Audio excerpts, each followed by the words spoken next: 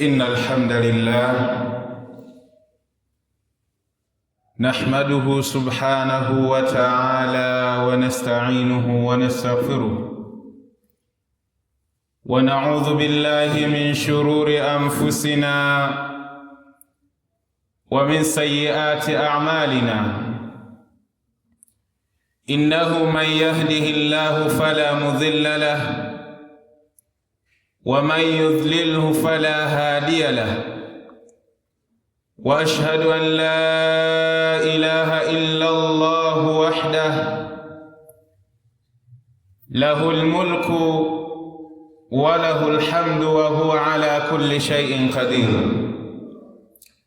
وأشهد أن سيدنا محمدًا عبد الله ورسوله الذي أدى الأمانة ونصح الأمة ونهى الظلمة ومحى الظلمة وجاهد في الله حق جهاده حتى أتاه اليقين.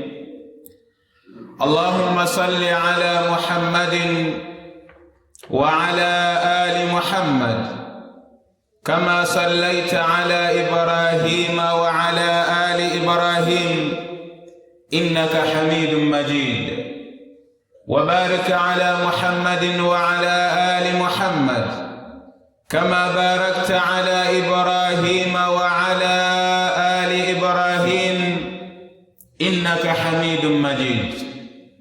فيا حماة الإسلام وحراس العقيدة، أوصيكم ونفسي بتقوى الله تبارك وتعالى. يا أيها الذين آمنوا اتقوا الله حق تقاته ولا تموتن إلا وأنتم مسلمون.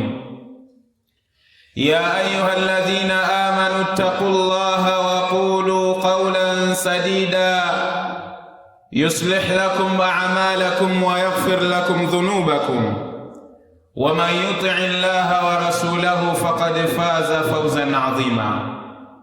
أما بعد، ndugu zangu katika imani, hatuna budi ya kumhimidi Allah subhanahu wa ta'ala pamoja na kumtakia rehma na amani kipenzi wa umma huu mtukufu Bwana Mtume Muhammadin alayhi salatu wassalam. Ibadallah, na kuhusieni sambamba na kuhusia nafsi yangu katika suala zima la kumcha na kumwogopa Allah tabaraka wa taala. Fa inna man kana fi dunya taqiya kana inda Allahi waliya. Watukufu wa Islam, ama maudhuu ya khutba yetu ya leo imebeba unwani isemayo alqalbu salim, moyo uliosalimika.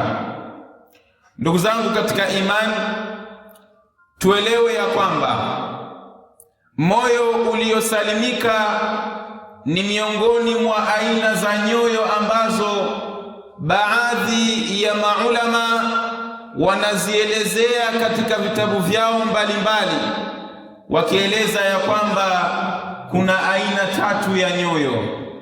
Moyo wa kwanza unaitwa alqalbu salim, moyo uliosalimika. Aina ya pili ya moyo alqalbu almayyit, ni moyo uliomfu.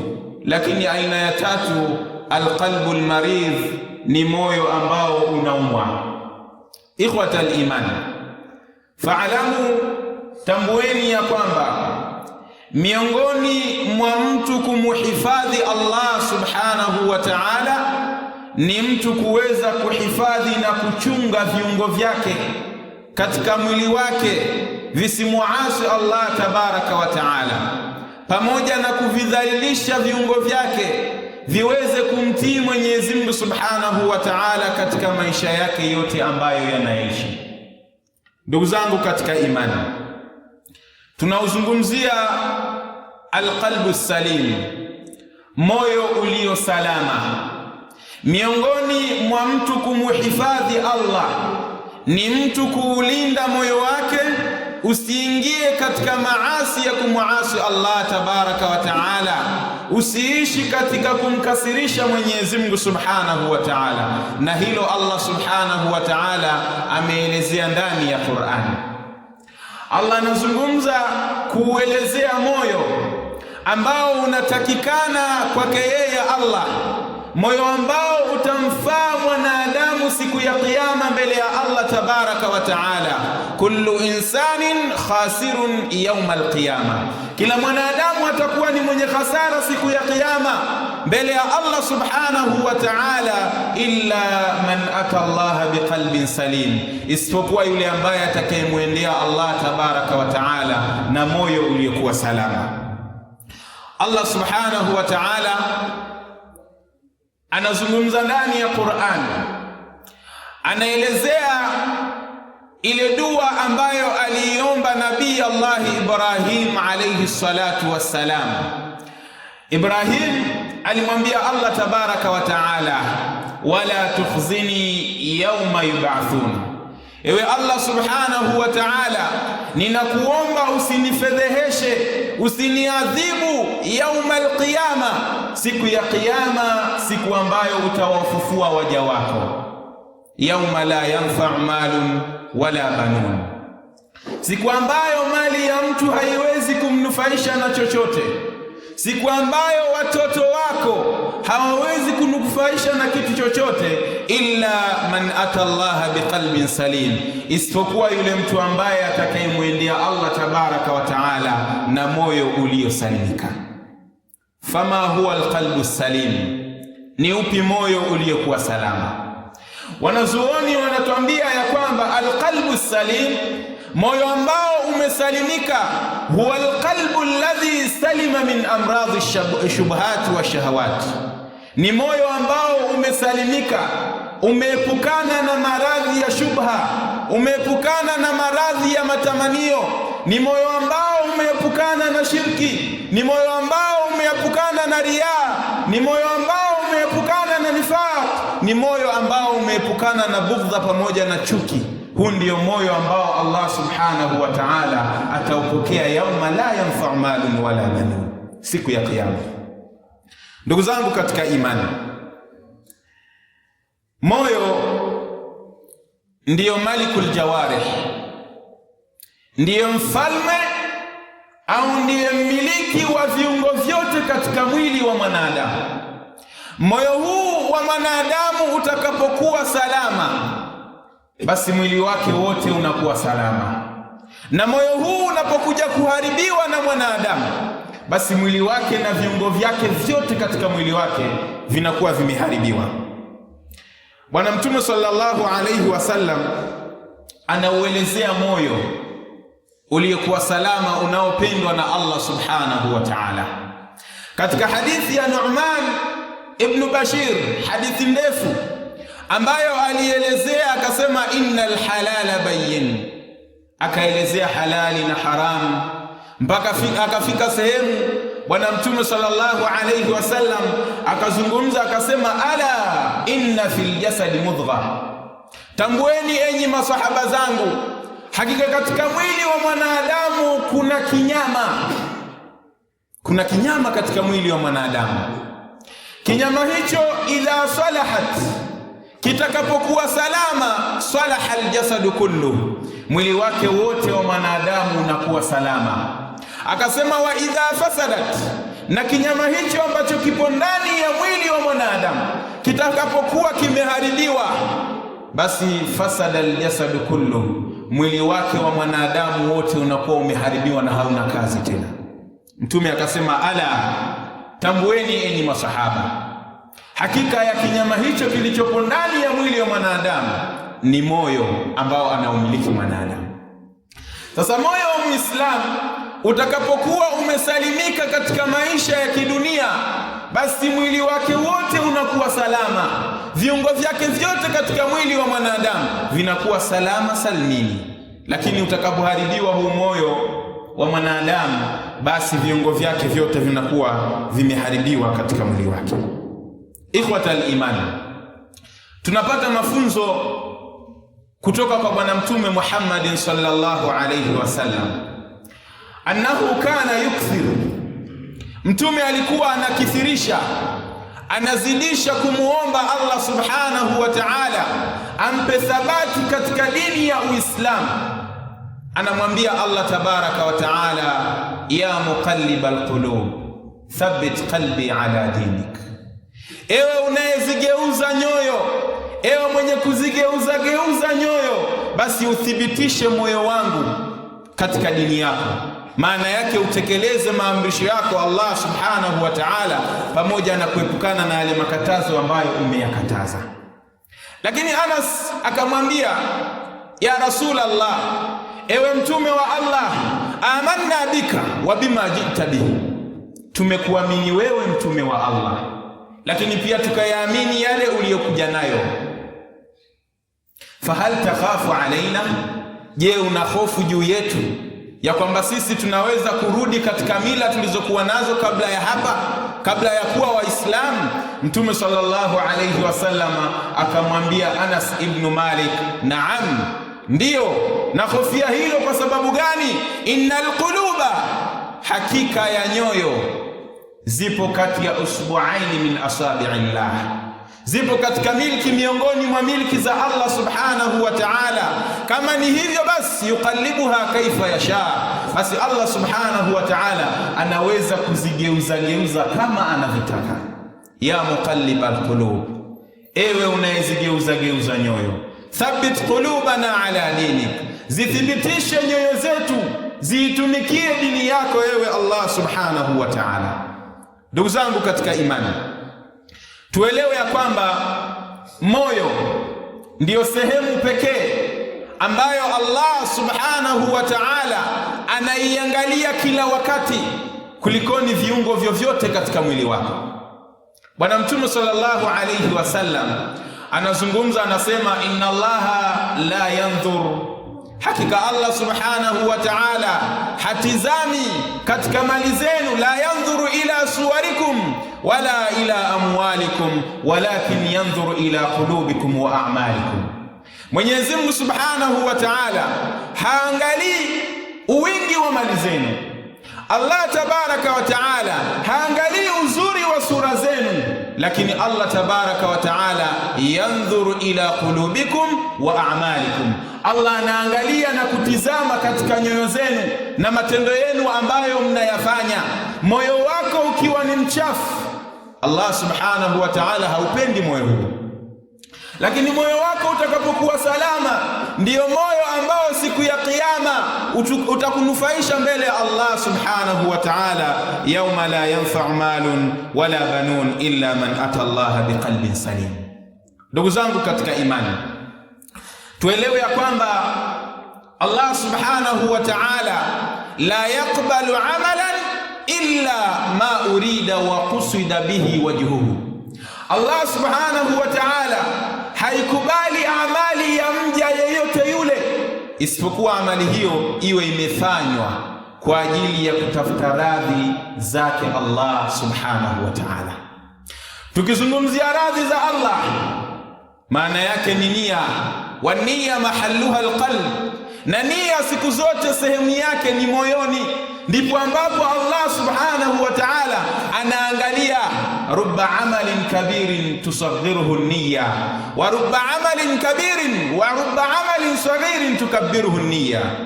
Unaweza ukafanya jambo ambalo ni kubwa sana katika macho ya watu, lakini mbele ya Allah likawa dogo kwa sababu ya nia yako ndani ya moyo wako. Ni moyo wenye maradhi. Na unaweza ukafanya jambo ambalo ni dogo, watu wanaona jambo ulilolifanya ni dogo, lakini linakuwa kubwa mbele ya Allah subhanahu wa ta'ala, kwa sababu umefanya kwa ajili ya kutafuta radhi za Mwenyezi Mungu subhanahu wa ta'ala. Ndugu zangu katika imani,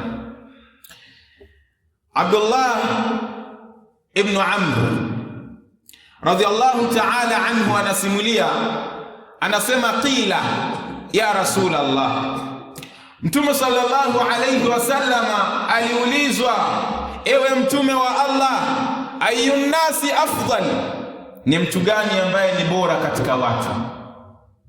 Mtume sallallahu alayhi wasallam akamwambia au akazungumza akasema, kullu mahmumil qalb saduqil lisan, Masahaba wakaambiwa na Bwana Mtume Muhammad sallallahu alayhi wasallam, mtu aliyekuwa bora katika watu wote, mahmumul qalb wa saduqil lisan. Mtu wa kwanza ni mahmumul qalb, lakini mtu wa pili ni yule ambaye ni mkweli katika maneno yake na matendo yake. Masahaba wakabaki na maswali, wakamwambia tena, ya Rasulullah, saduqul lisani na'rifuhu, msema kweli na mtu mwenye matendo ya kweli tunamtambua, fama mahmumul qalbi, ni mtu gani huyo ambaye ni mahmumul qalbi? Mtume sallallahu alayhi wasallam akasema, hakika huyo mtu ni attaqiyu, ni mcha Mungu ambaye anamuogopa Allah subhanahu wa ta'ala. Annaqiyu, lakini mtu ambaye ni msafi wa moyo wake, moyo wake haujahifadhi chuki, moyo wake hauwachukii watu, moyo wake hakuna maradhi yoyote yanaingia katika moyo wake. Huyu ndiye mtu ambaye ni bora sana kulikoni watu wote. Ndugu zangu katika imani, ni wakati wa kujiuliza mimi na wewe, moyo wetu ni wa aina gani? Upo katika aina ya alqalbu salim, moyo ambao upo salama, kwa maana umeepukana na maradhi mbalimbali, umeepukana na shubuhati mbalimbali, umeepukana na chuki mbalimbali, au umeepukana na karaha mbalimbali? Wewe utajijua katika nafsi yako, bali insanu ala nafsihi basira. Kila mmoja anajijua katika nafsi yake, lakini ufahamu na utambue ya kwamba moyo uliokuwa salama ni ule moyo ambao Allah anaupenda na ataukubali siku ya Kiyama, siku ambayo mtu haifai mali yake wala watoto wake, isipokuwa mtu ambaye atakwenda kwa Allah tabaraka wa taala na moyo uliokuwa salama. Aqulu lakum ma tasma'un, ud'u Allah wa antum muqinuna bil ijaba, wastaghfiruhu innahu huwal ghafurur rahim wa huwal barrul karim.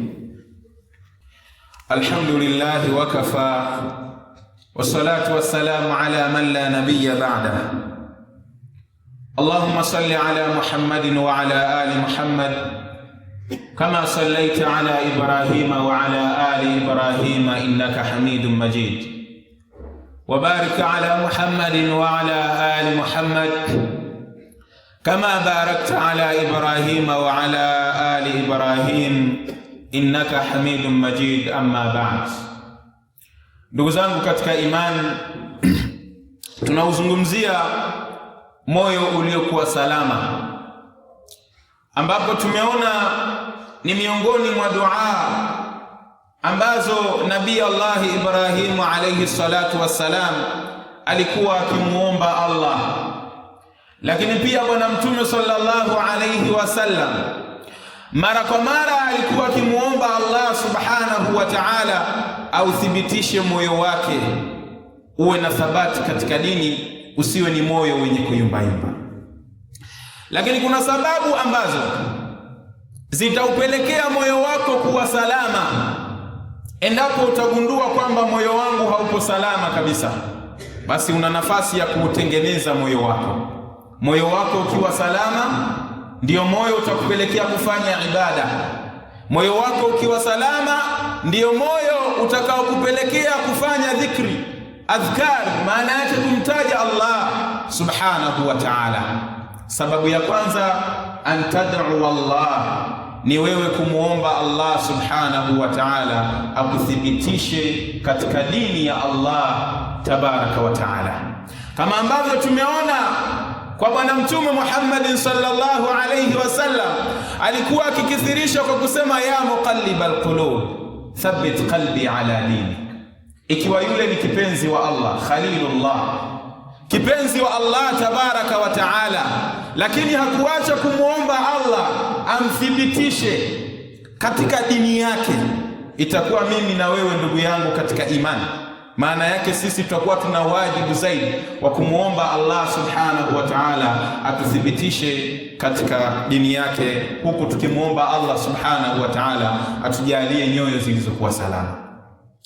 Lakini pia sababu ya pili ambayo itakupelekea au itaupelekea moyo wako kuwa salama ni dhikrullah, al-iktharu bidhikrillah, ni kukithirisha kumtaja Allah katika kila wakati, kama ambavyo Rasulullah sallallahu alayhi wasallam kana yadhkuru Allah azza wa jalla fi kulli ahyani, alikuwa anamtaja Allah kwa hali zake zote alizokuwa nazo.